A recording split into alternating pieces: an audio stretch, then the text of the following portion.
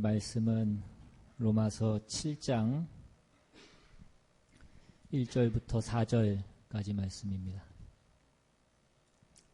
로마서 7장 1절로 4절까지 말씀 같이 보겠습니다.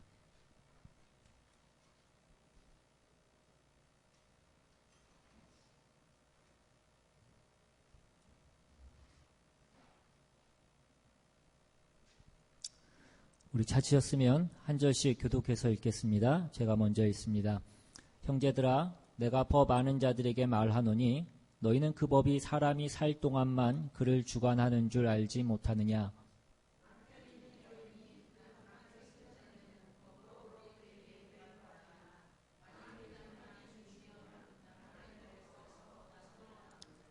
그러므로 만일 그 남편 생전에 다른 남자에게 가면 음녀라. 그러나 만일 남편이 죽으면 그 법에서 자유롭게 되나니 다른 남자에게 갈지라도 음녀가 되지 아니하느니라.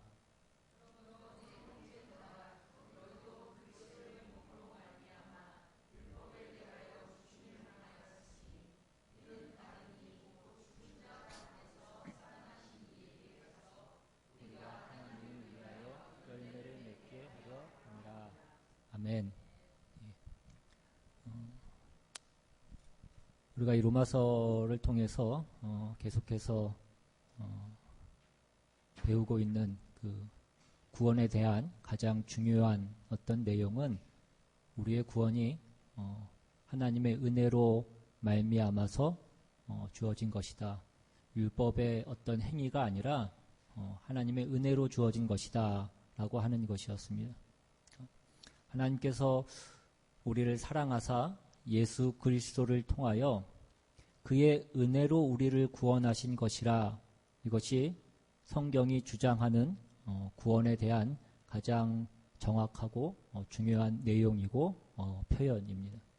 그런데 우리가 이 복음이 이렇게 설명되어지다 보니까 우리가 이로 인해서 갖게 되는 몇 가지 오해들이 생기더라 하는 것입니다.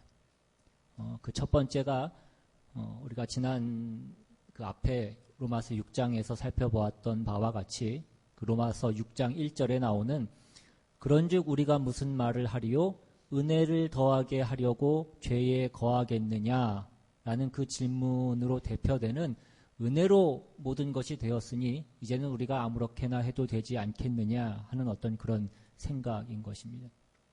그래서 우리는 로마서 6장 내내 이 문제에 대해서 우리가 계속해서 살펴봤습니다. 그래서 우리가 로마서 6장에서 살펴본 것은 은혜가 죄를 우리에게 조장하는 것이 아니라 하나님이 우리에게 은혜를 주신 그 궁극적인 목적은 우리를 거룩하게 만들려는, 우리를 거룩으로 이끌고 가시려는 것이 하나님이 우리에게 은혜를 주신 그 궁극적인 목적이다라는 것을 우리가 로마서 6장에서 살펴봤습니다.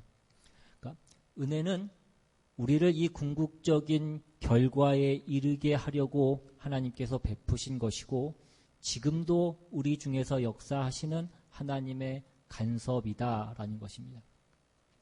이제 두 번째 그 오해는 이것입니다. 그 6장 15절에 나왔던 그 질문인 그런즉 어찌하리요? 우리가 법 아래에 있지 아니하고 은혜 아래에 있으니 죄를 지으리요? 그럴 수 없느니라 이것입니다. 그러니까 우리가 법 아래에 있지 않다. 우리가 이제는 그 율법과 무관하게 되었다라는 것으로 인하여 생기는 어떤 오해인 것입니다. 이제 그 문제에 대해서 이 로마서 7장에서 다루게 될 것입니다. 그래서 오늘 본문 그 1절에 보시면 너희는 그 법이 사람이 살 동안만 그를 주관하는 줄 알지 못하느냐라고 이렇게 시작을 합니다. 그러니까 우리가 율법에 대해서 죽었기 때문에 우리는 이제 그 율법과 무관한 자가 되었다라는 것을 얘기하고 있습니다. 그리고 그 뒤에 나오는 2절과 3절에서는 그것을 그 결혼 관계로 비유를 해서 둘 중에 한 사람이 죽으면 이제는 더 이상 그 결혼의 법에 저촉되지 않는다라는 것을 말씀하는 것으로 우리가 율법에 대해서 죽어서 이제는 그 율법이 우리에게 더 이상 적용되지 않는다라는 그 말씀을 하고 있는 것을 우리가 보게 됩니다. 그런데 그러다 보니까 우리가 이 율법과 무관하게 되었다라는 것을 어떤 의미에서 이해하느냐에 따라서 우리의 신앙을 잘못 해석하고 오해하게 되는 경우들이 생기더라 하는 것입니다. 성경이 주장하는 것은 오늘 본문 마지막 절인 그 4절에서 말씀하는 바와 같이 그러므로 내 형제들아 너희도 그리스도의 몸으로 말미암아 율법에 대하여 죽임을 당하였으니 이는 다르니 곧 죽은 자 가운데서 살아나신 이에게 가서 우리가 하나님을 위하여 열매를 맺게 하려 함이라 라고 그렇게 말씀하고 있습니다. 그러니까 우리가 이제 구원을 받은 것은 이제 우리가 하나님을 위하여 열매를 맺게 하기 위해서 하나님이 우리를 구원하신 것입니다.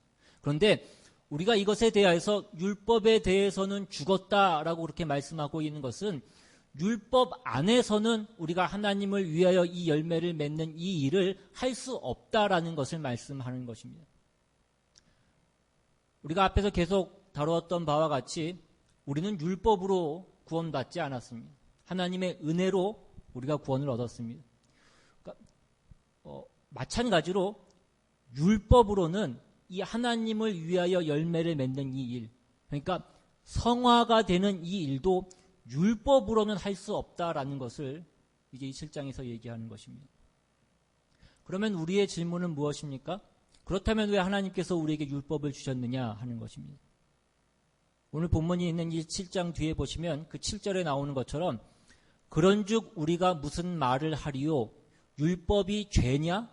라는 그 질문을 우리가 하게 된다라는 것입니다. 이어지는 말씀에 뭐라고 되어 있습니까? 그럴 수 없느니라 율법으로 말미암지 않고는 내가 죄를 알지 못하였으니 라고 그렇게 기록합니다. 그러니까 율법은 죄를 지적하고 죄를 점검하고 죄가 무엇인지를 드러나게 하기 위해서 우리에게 율법이 주어진 것입니다. 율법 자체가 잘못된 것은 아니다. 율법이 죄가 아니다 이것입니다. 그 밑에 12절에는 이렇게 말씀합니다. 이로 보건대 율법은 거룩하고 계명도 거룩하고 의로우며 선하도다 이것입니다. 율법 자체는 아무런 죄가 없는 것입니다. 잘못은 우리에게 있습니다.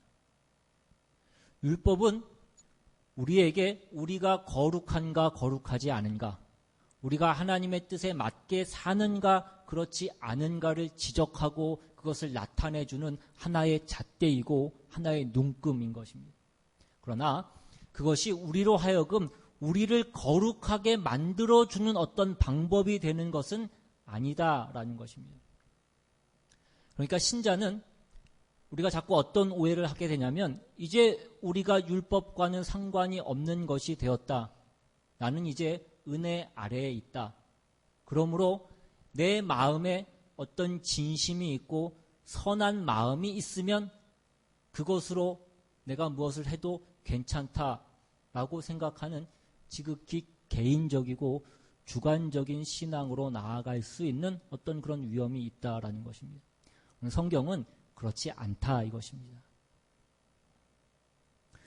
율법이 우리에게 생명과 거룩을 만들어내는 것은 아니지만 그것은 내가 거룩하게 살고 있는가 그렇지 않은가, 내가 의로운 길을 가고 있는가 그렇지 않은가를 점검해 주는 가장 정확한 하나님의 눈금이라 이것입니다.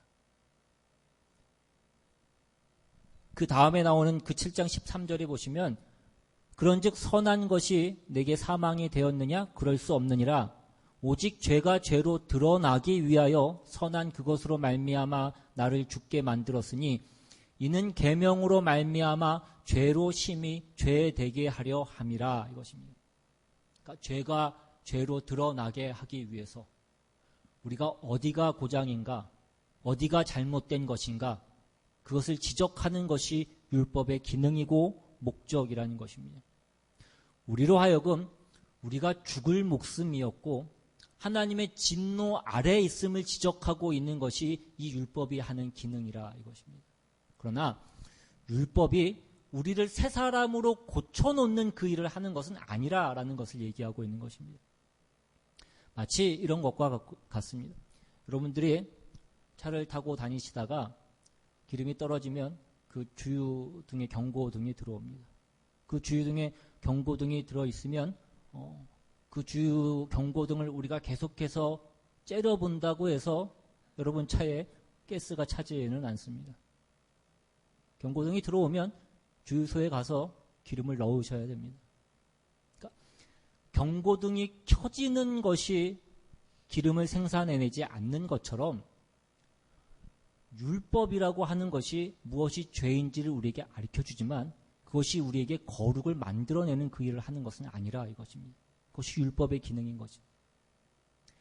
그런 의미에서 성경은 자꾸 우리에게 뭘 가르치려고 하는 것이냐면 율법으로 우리가 새 사람이 되는 것이 아니고 율법으로 우리가 생명을 만들어내는 것이 아니며 율법으로 우리가 거룩과 의를 만들어내는 것이 아니다라는 것을 성경이 우리에게 가르치려고 하는 것입니다. 그런데 그러다 보니까 우리는 자꾸 무슨 오해를 한다고요?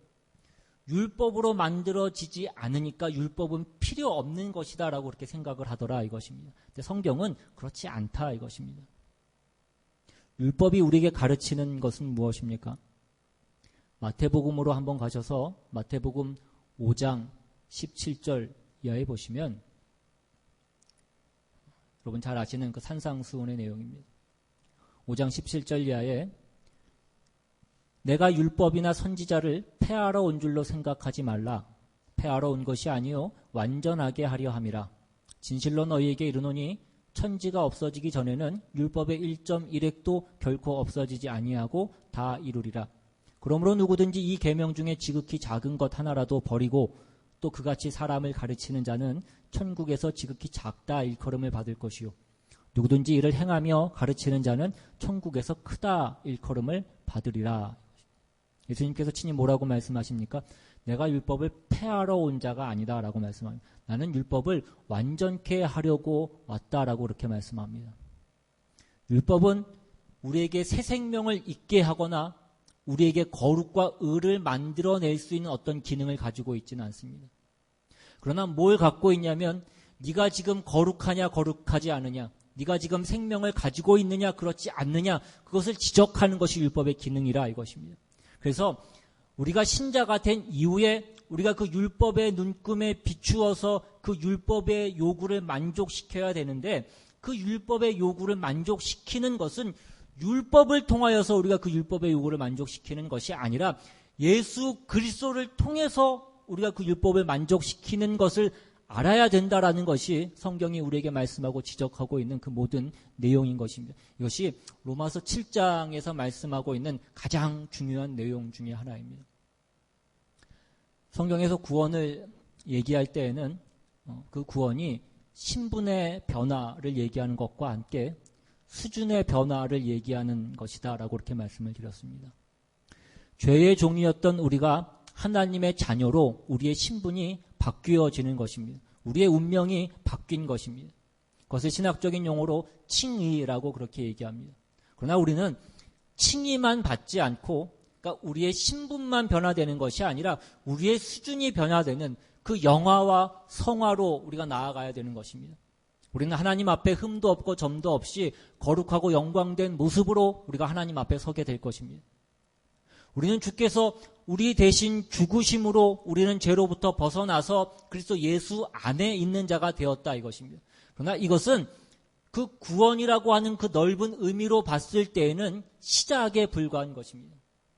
성경에서 얘기하는 바와 같이 중생이라고 하는 우리는 태어난 것입니다.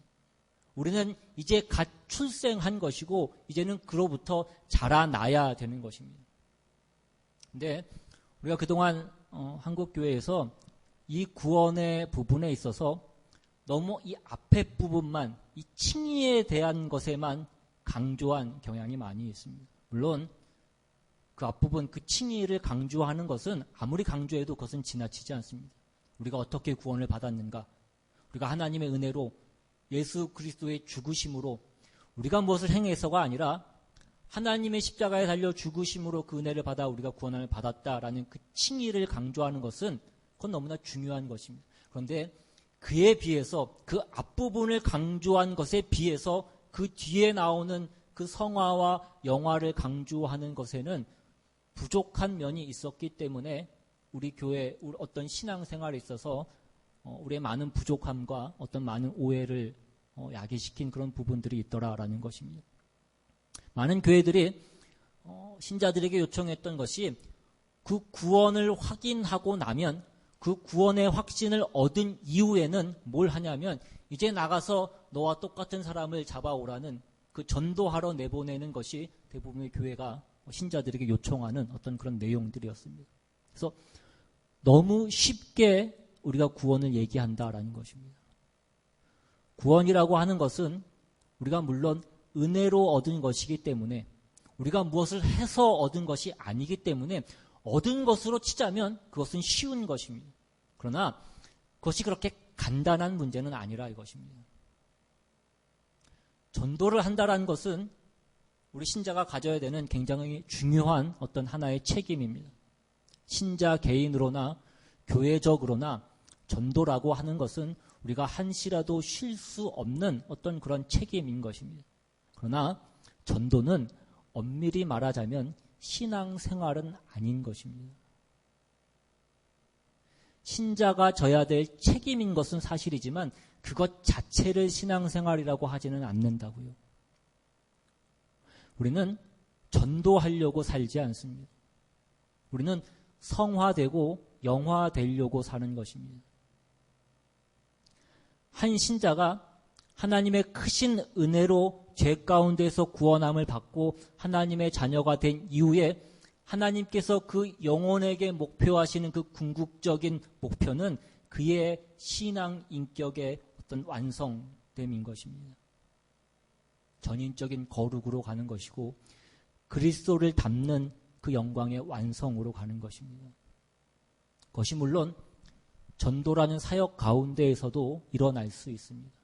그러나 한 인격이 변화되는 그 일에는 그것보다는 더 큰, 더 많은 여러분 삶의 그 모든 일상에서 일어나는 그 모든 잡다한 일 가운데에서 그 모든 것들은 일어나는 것입니다. 그래서 신앙생활이라고 하는 것은 신자의 삶이라고 하는 것은 어떤 의미에서는 우리가 지지고 볶고 사는 그 모든 삶을 얘기하는 것입니다. 교회는 우리가 이렇게 함께 모여서 이 안에서 우리가 함께 부대끼면서 지지고 볶고 사는 것입니다. 왜 오늘 밥은 이 모양이냐? 왜 누구는 청소를 하고 누구는 청소를 안 하냐? 왜 성가대 가운이 어쩌냐? 그게 교회 생활이라고요. 우리가 전 세계를 하나님께로 하나님의 품으로 드리자 그렇게 얘기하는 것은 멋있게 보이는 일입니다. 그렇게 얘기하는 것이 그 사람의 실력은 아니라고요. 하나님이 원하시는 신앙이라는 것은 여러분들이 모든 그 삶의 영역에서 그리스도를 본받는 그 싸움을 하는 것입니다. 겸손하고 온유하며 정직하고 자비하고 인내하며 예의가 있으며 시비를 걸지 않으며 눈에 힘을 주지 않는 것들입니다. 여러분이 여러분의 신앙 인격이 변하셔야 되는 것이라고요. 근데 우리가 이런 것들은 하나도 없고 자꾸 뭐만 있냐면 교회든 개인이든 전도하고 헌금하고 기도하고 이런 것들만 있다. 늘 말씀드리지만 그것이 잘못됐다라는 것을 말씀드리는 것이 아닙니다. 그거 하지 말라고 얘기하는 것이 아닙니다. 제가 자꾸 이런 말씀을 많이 들으니까 그것은 그냥 안 해도 되는 것인가 보다라고 생각하시기 분이 혹시 있을지 모르겠지만 그것은 우리가 가져야 되는 어떤 기본적인 책임을 얘기하는 것이고 그것 자체를 신앙생활이라고 하지 않는다고요. 신자란 구원을 얻은 이후에 그 구원이 거룩함으로 이제는 가야 되는 것입니다. 그 구원의 완성으로 우리가 가야 된다고요. 그렇게 하기 위해서 은혜가 우리를 다스리시며 이 일을 완성케 하기 위해서 하나님께서 우리를 그리스도 예수와 연합시키셨다 이것입니다. 이 일은 그리스도 안에서만 가능한 일이다라는 것입니다. 우리가 얼마 전까지 그 마태복음에 나오는 그 산상수훈을 통하여서 이 얘기에 대한 것들을 우리가 계속해서 했었습니다.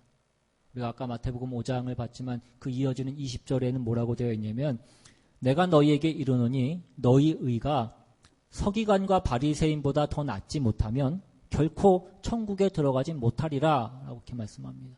그러니까 이 예수 그리스도와 연합한 그 의와 인간이 만들어내는 의, 그 율법을 통하여 만들어내는 그 의는 전혀 다른 것입니다. 우리가 지난번에도 살펴봤지만 인간이 만들어내는 그 율법으로 만들어내는 그 의는 무엇이었습니까? 누가복음 18장에 나오는 가장 대표적인 예인 누가복음 18장 9절 이하에 또 자기를 의롭다고 믿고 다른 사람을 멸시하는 자들에게 이 비유로 말씀하시되 두 사람이 기도하러 성전에 올라가니 하나는 바리새인이요 하나는 세리라. 바리새인은 서서 따로 기도하며 이르되 하나님이여 나는 다른 사람들 곧 토색 불의 간음을 하는 자들과 같지 아니하고 이 세리와도 같지 아니함을 감사하나이다.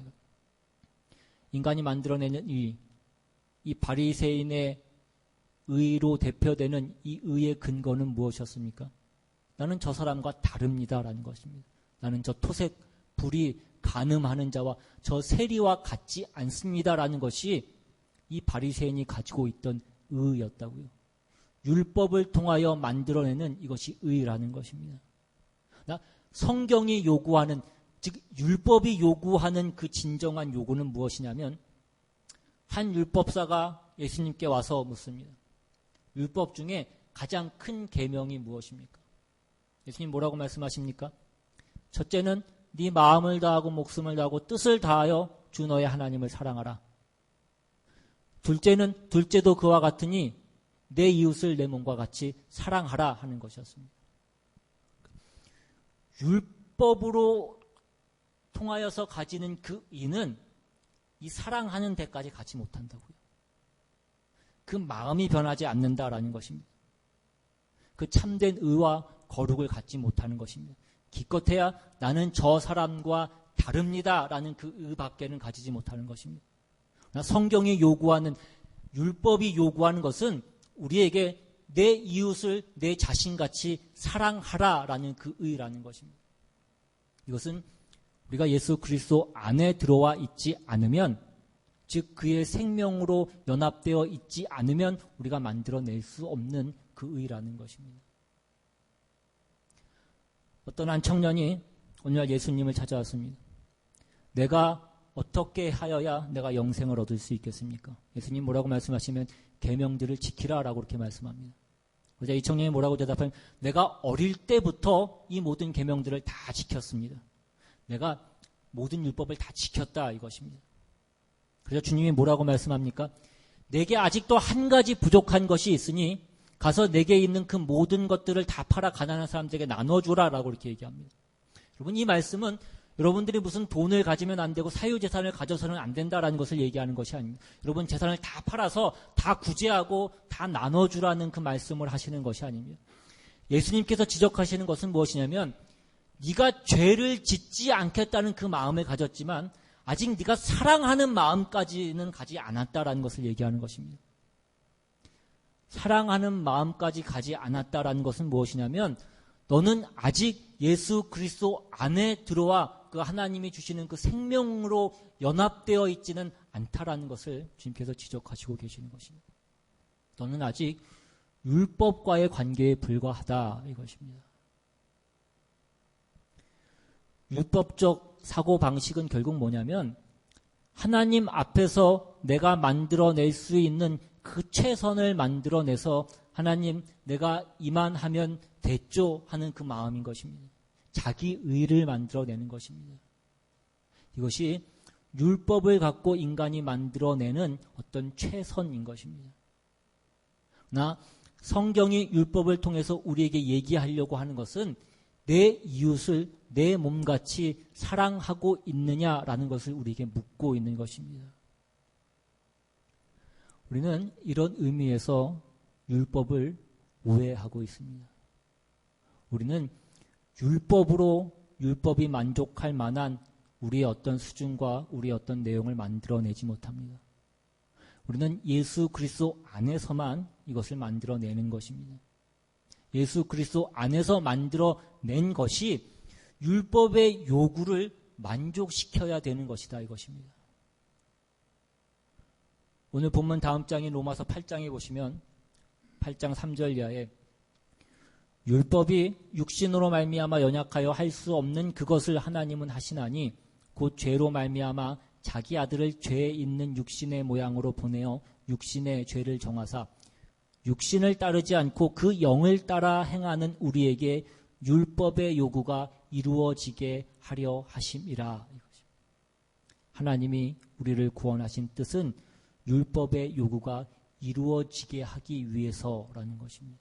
그런데 우리가 율법을 쫓고 우리가 우리의 육신을 쫓아서는 그 율법의 요구를 이루어내지 못한다라는 것을 말씀하고 있는 것입니다. 우리가 예수 그리스도와 연합하여 있지 않고서 율법을 이루려고 할 때에는 우리는 자기 의 밖에는 만들어낼 수 없는 것입니다. 내 능력과 내가 남보다 다르다라는 것만을 우리는 증명할 수밖에 없다 이것입니다. 거기에는 그 생명도 없는 것이고 그 진리도 거룩도 의도 영혼도 없기 때문입니다. 그것은 예수 그리스도 안에만 있는 것입니다. 우리가 예수 그리스도와 연합하여 그로부터 생명과 진리와 그 거룩을 공급받을 때 우리는 비로소 그 율법의 요구를 이루어낼 수 있게 되는 것입니다. 그런 의미에서 구원이 뭐냐 그럴 때 우리가 이런 차원에서 이해를 해야 된다 이것입니다. 우리의 신앙이라는 것은 모두가 내가 연합되어 있는 그 예수 그리스도 안에 있는 모든 것들로 말미암아 우리가 만들어내는 그 모든 열매다 이것입니다. 근데 우리는 끊임없이 뭘 하고 싶냐면 내가 남다르다라는 것을 증명하고 싶다고요. 그럼 우리는 다시 그 율법으로 돌아가게 되는 것입니다. 우리는 율법으로 어떤 우리의 거룩의 방법을 삼지 않습니다. 우리는 율법을 행해서 내가 남다르다라는 것을 증명하는 차원에서는 우리는 이미 죽은 것이다라고 그렇게 성경이 말씀하고 있습니다. 우리는 모두가 나의 자랑은 그리스도 예수뿐이라. 이제 내가 사는 것은 내 안에 그리스도께서 사시는 것이라. 이제는 내가 살아도 주를 위해서고 죽어도 주를 위해서인 것입니다. 그런데 그것이 무엇을 만들어내냐면 그것이 율법을 만족시키는 쪽으로 우리를 가게 만든다 이것입니다. 의로우며 거룩하며 하나님을 사랑하며 이웃을 사랑하는 쪽으로 우리를 가게 만드는 것입니다. 그런 의미에서 우리와 그리스도와의 그 연합을 끊을 수 없게 되었다라는 것이 우리가 구원을 얻은 자로서 맨 먼저 우리가 확인해야 되는 것입니다. 그리스도와 내가 끊어지지 않는 한 내가 나태했던 내가 어떤 바람에 흔들렸던 끊임없이 우리는 그리스도로부터 그 생명과 거룩과 그 의와 그 모든 진리를 공급받고 있는 것입니다. 그러나 우리가 가장 크게 잘못하는 것은 우리가 그 그리스도와 연합되어 있다는 것을 잊고 내가 남다르다라는 것을 증명하기 위해서 우리가 자꾸 율법으로 돌아가는 것입니다. 또 다시 율법으로. 그리스도 안에 있는 자로서 이제 그리스도와 나를 끊을 수 없다라는 것이 신자에게 얼마나 큰 행복이고 자랑이고 영광이고 힘인지를 우리가 모르는 것입니다. 그러니까 계속해서 기껏 신자가 가지는 어떤 그 자랑이라고 하는 것이 뭐냐면 애 학교 붙는 것보다 더 큰 행복이 없고 애 학교 붙는 것보다 더 큰 슬픔이 없는 것입니다. 물론 우리 교회에 있는 분들은 안 그러시리라고 제가 믿고 있지만 높아심에서 말씀을 드리는 것입니다. 그리스도와 연합됐다라는 것으로 우리가 아무런 기쁨도 감사도 자랑도 힘을 가지고 있지 않지는 않은지 우리 자신을 점검해 보아야 됩니다. 우리는 그리스도와 연합된 자입니다. 그로부터 끊임없이 우리는 그 생명과 진리와 능력을 공급받고 있는 것입니다. 그래서 우리는 구원받았다고 해서 우리는 널브러져 있을 수 없다 이것입니다. 우리는 주님께서 만족하시는 자리까지 우리는 떠밀려갈 수밖에 없는 것입니다. 신자가 된 이후에 누가 편안하다는 그 얘기를 하냐 이것입니다. 여러분 신자와 불신자 중에 누가 더 고달프겠습니까? 신자가 더 고달픈 것입니다. 오죽 고달프면 욥이 뭐라고 고백했습니까? 하나님께서 나를 침 삼킬 동안도 나를 내버려 두시지 않으신다라고 그가 그렇게 얘기합니다. 오직 오죽 고달팠으면 욥이 그런 고백을 했겠습니까? 여러분도 여러분의 자녀를 키우실 때에 여러분 자녀가 손으로 밥을 퍼먹든지 뭐 밖에 나가서 아무 데서나 자든지 내버려 두지 않지 않으시냐 이것입니다. 끊임없이 고함을 지르며 얼마나 많은 악역을 여러분들이 그 자녀를 기르기 위해서 여러분들이 그 역할을 감당하셨느냐 이것입니다. 왜 그렇게 하십니까? 자녀를 사랑해서 그 자녀가 잘 되게 하기 위해서 여러분들이 그 모든 일들을 감당하셨던 것입니다. 우리는 이 완성을 위하여 그리스도 예수 안에 있습니다. 우리는 실패되지 않고 그 결국에 가도록 하나님께서 우리를 그리스도와 묶으신 것입니다. 그래서 우리의 자랑은 우리가 이제는 의를 행할 수 있고 우리가 거룩할 수 있고 우리가 남을 사랑하고 용서할 수 있게 되었다라는 것입니다. 여러분 이것은 세상이 빼앗아 가지 못하는 것입니다. 이것은 돈을 갖고 하는 것도 아니고 우리가 배워서 하는 것도 아닙니다. 그래서 우리 중에 아무도 이 문제에 대해서는 내가 다른 사람에 비해서 억울하다라고 그렇게 얘기할 수 없는 것이다 이것입니다. 그런데 이 기쁨을 누리는 신자가 별로 찾아보기 어렵다라는 것입니다. 로마서 8장 35절 이하에 누가 우리를 그리스도의 사랑에서 끊으리요 환난이나 곤고나 박해나 기근이나 적신이나 위험이나 칼이랴 기록된 바 우리가 종일 주를 위하여 죽임을 당하게 되며 도살당할 양같이 여김을 받았나이다 함과 같으니라. 그러나 이 모든 일에 우리를 사랑하시는 이로 말미암아 우리가 넉넉히 이기느니라. 내가 확신하노니 사망이나 생명이나 천사들이나 권세자들이나 현재일이나 장래일이나 능력이나 높음이나 깊음이나 다른 어떤 피조물이라도 우리를 우리 주 그리스도 예수 안에 있는 하나님의 사랑에서 끊을 수 없으리라. 우리는 그리스도 예수와 연합한 것입니다. 그리스도 예수로부터 우리는 모든 신령한 것과 모든 영원한 것과 생명되는 것이 우리는 공급되는 것입니다. 그것을 우리가 만들어내지 않습니다. 그가 포도나무고 우리는 가지에 불과한 것입니다. 이것이 성경이 우리에게 알게 하고 싶어하는 그 모든 가장 중요한 내용인 것입니다. 즉 우리가 구원을 얻었다라는 것이 무엇인지 우리가 신자가 되었다라는 것이 무엇인지 우리가 어느 부분에서 감사해야 되고 자랑해야 되는지를 알게 하고 싶어하는 그 가장 중요한 초점이라는 것입니다. 여러분들이 이것을 놓치셔서는 안 됩니다. 이걸 놓치면 우리가 자꾸 또 어디로 가게 된다 이것입니다. 애 학교 붙으면 행복해지고 애 학교 떨어지면 절망하게 되는 대로 우리가 간다고요. 여러분 자녀가 혹 원하는 대학에 가지 못하는 한이 있더라도 여러분을 하나님 안에서 끊을 수 있는 것은 없다 이것입니다. 여러분이 여러분 자녀를 하나님 손에 의탁한 이상 여러분 자녀의 운명이 실패하거나 절망하게 되는 일은 없다 이것입니다. 그것이 확인된다면 신자의 삶에서 누가 우리의 감사와 찬송과 영광과 그 자랑을 막을 수 있겠느냐 이것입니다. 이것이 우리가 얻은 신자가 얻은 구원인 것입니다. 여러분은 예수 그리스도 안에 있다라는 것을 잊지 마시길 바랍니다.